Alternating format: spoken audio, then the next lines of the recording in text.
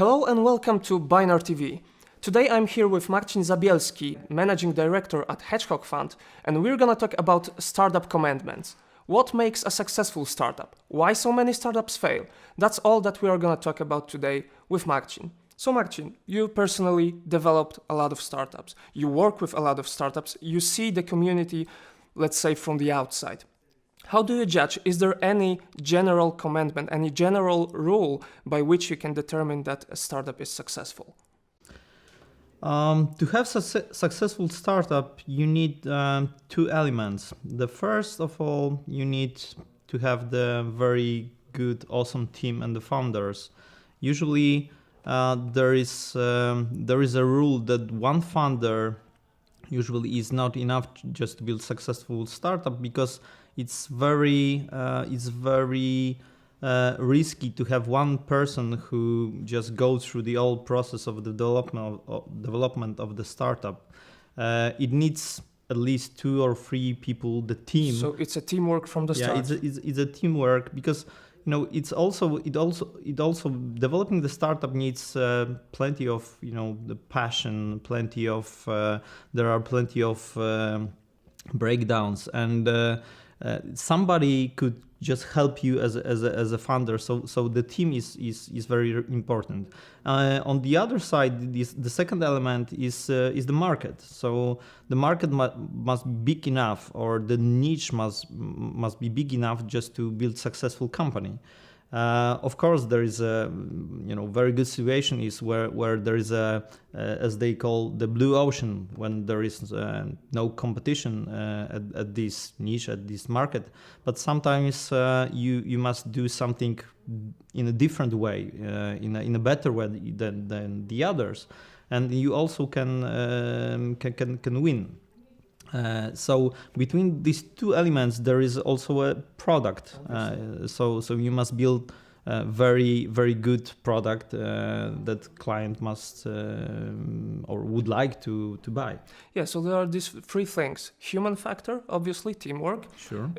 A market, which Yeah. needs to be suited for a startup, and a product. Let's talk about that product and a business model which is taken by many startups, which many people criticize, to be honest, because startups seem to first seek for funds and not focus on developing their own product, not making their product better, but finding more and more money instead on focusing on a product. What's your take on that? Do you think that's the rule or it's an exception? I wouldn't say that majority of startuppers, founders, they think about securing the funds at the very beginning. Of course, I hope that the majority of founders, they try to develop the very good company. However, sometimes you can observe this kind of attitude that the founders, they are looking for the funds, and they are not taking care about the product itself. So I wouldn't say there is a business model or that's rather business attitude of some founders. We try to eliminate this kind of founders from our portfolio. Sometimes it works, sometimes it doesn't. So, as a general rule, is there any strict path how to find a balance between finding funds and developing a product, or you should just focus on one or another? Usually, what the VC people, they say, you take the money as late as possible, because when you find a very good product, and the product you've got product market fit, your customers will finance your company. That's obvious. Sometimes, of course, you need some more money just to go faster. For example, at the very beginning, the VCs, they try to look for the companies with the product who is bought by the clients. So that's the best solution. Okay, so from what you're talking, it seems fairly simple to create a successful startup. You find a team, a dedicated team, you find a market, you have good product, then you go for funds. So why do you think so many startups fail? Yeah, I said it because there are like a general rules, but of course life is much more complicated than this. I must say that there are very small details you have to think about as a founder. I personally I just developed a few startups, of course, but they also failed. I wouldn't say about myself that I was very successful startuper. Um, there is the small elements I'm talking about. They just concern usually they've got a bit of luck. You must have also very the right time just to enter the market. So there are so many elements. You have to have passion. You have to you must have plenty of people who believe in you and your team. So it's not. I would say it's easy. It's very very hard. You were talking about all those factors, about passion, about dedication. So building startup is really not that easy, and I guess that many people don't really realize that. Yeah, obviously, building startup is not pretty easy because you just encounter plenty of barrier at your startup life. I can say that sometimes I see the different attitude of some people who just think about building a startup as an alternative career life. Career path. So you must be aware of what you can encounter in the startup life. Yeah, because building a startup and working for yourself for many people sound more tempting than working for somebody else in a company. And it is at the very end. It is more tempting, and it's more, I would say, beneficial. Yeah, but not necessarily easier. Oh no. Okay. So, from your experience, what ideas and apps, what kind of startups investors are most likely to back up? For which startups are you most likely to give some money? Oh, I can say it depends. Of course, that's the also obvious answer. Yeah. Because it depends on the startup, it depends on the partner, of course. You must realize that VCs in different in different countries, in different regions, they back up different kind of startups. Market plays a big role in it. And also they usually try to back up the startups based on their know-how and their experience, because our experiences in my VC, we've got experiences regarding B2B models, regarding the marketplaces, regarding software as a service. Right now we've got in our portfolio also the startups with the very strong technology, IoT startups.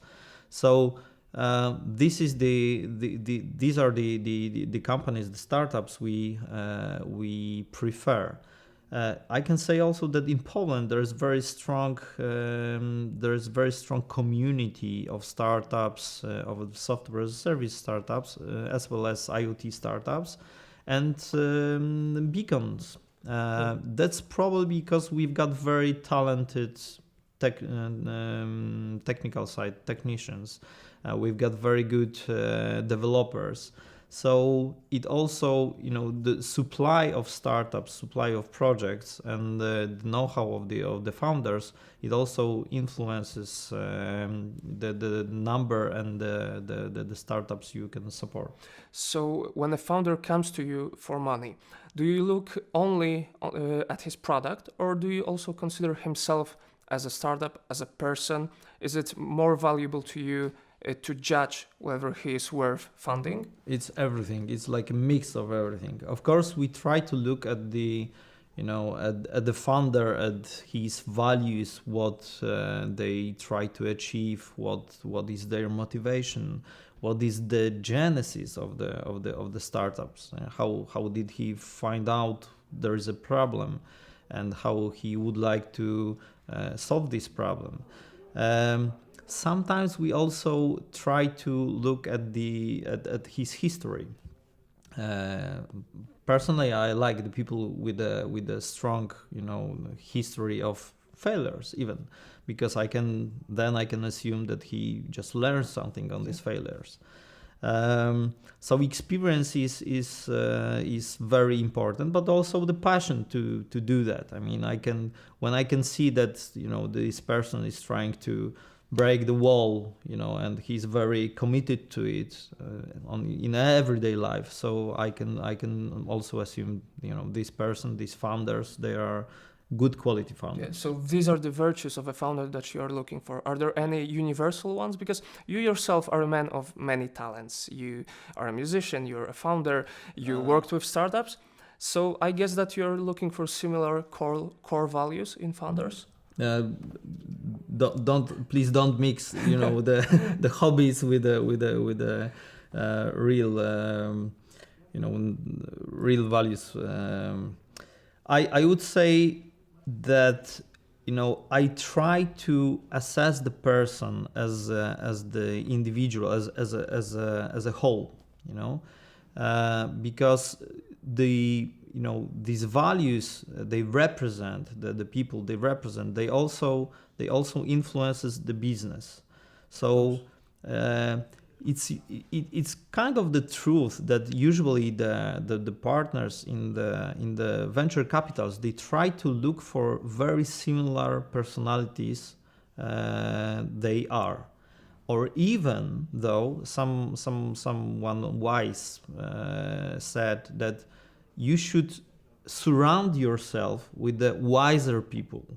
So I can when I can see the person who is brighter than me, it's not pretty common.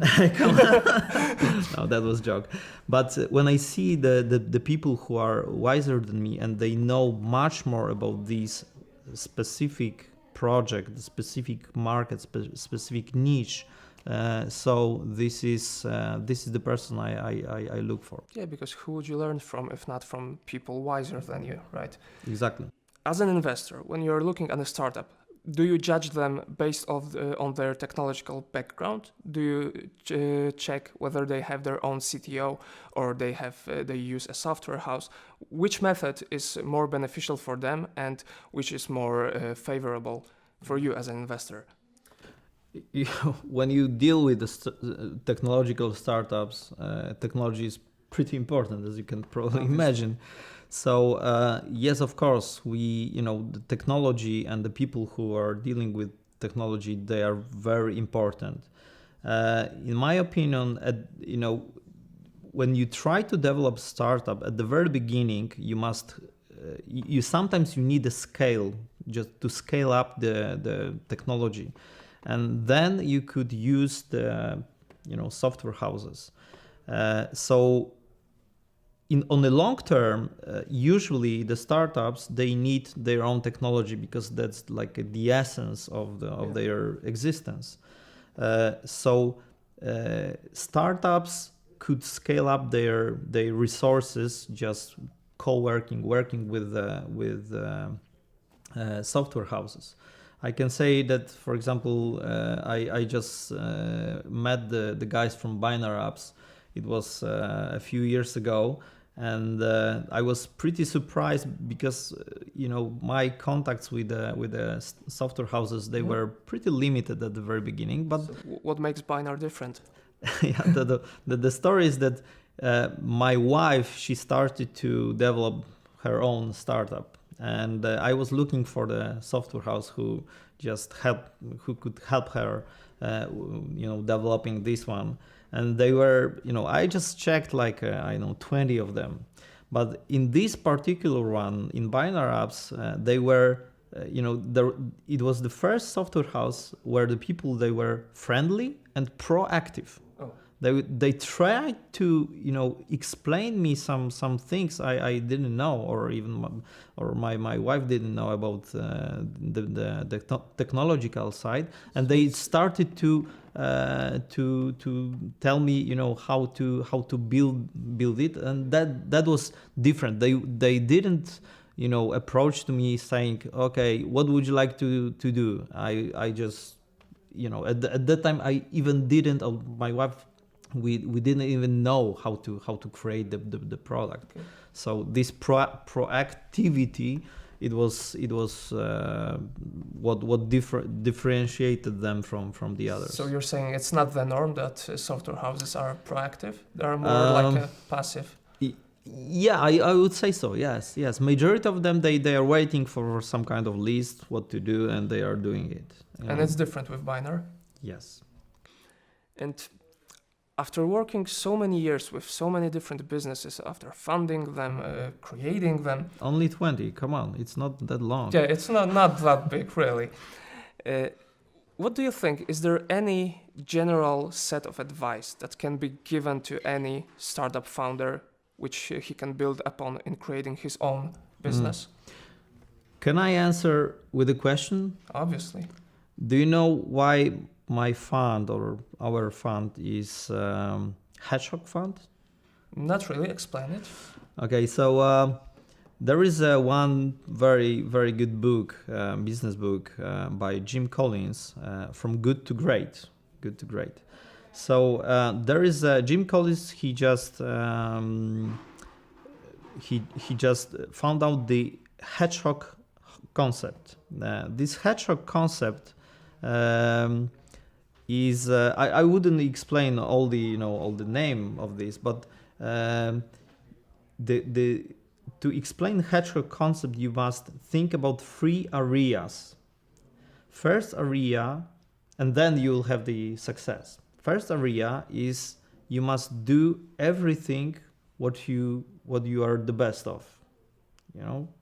The second area, you must be focused on what is sexy for you. For you, not for the client.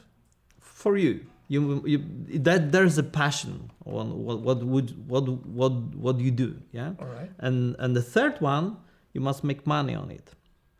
So when you take the things the things what makes you happy, and you make money on it, there is a success.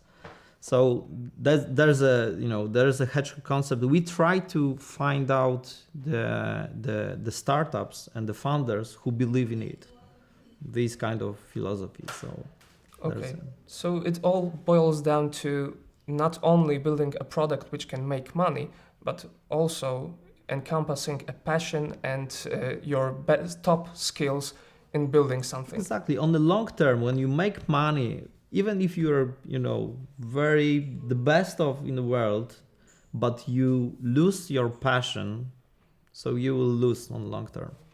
So there you have it. Don't lose your passion and you will build a successful startup. Thank you. Thank you.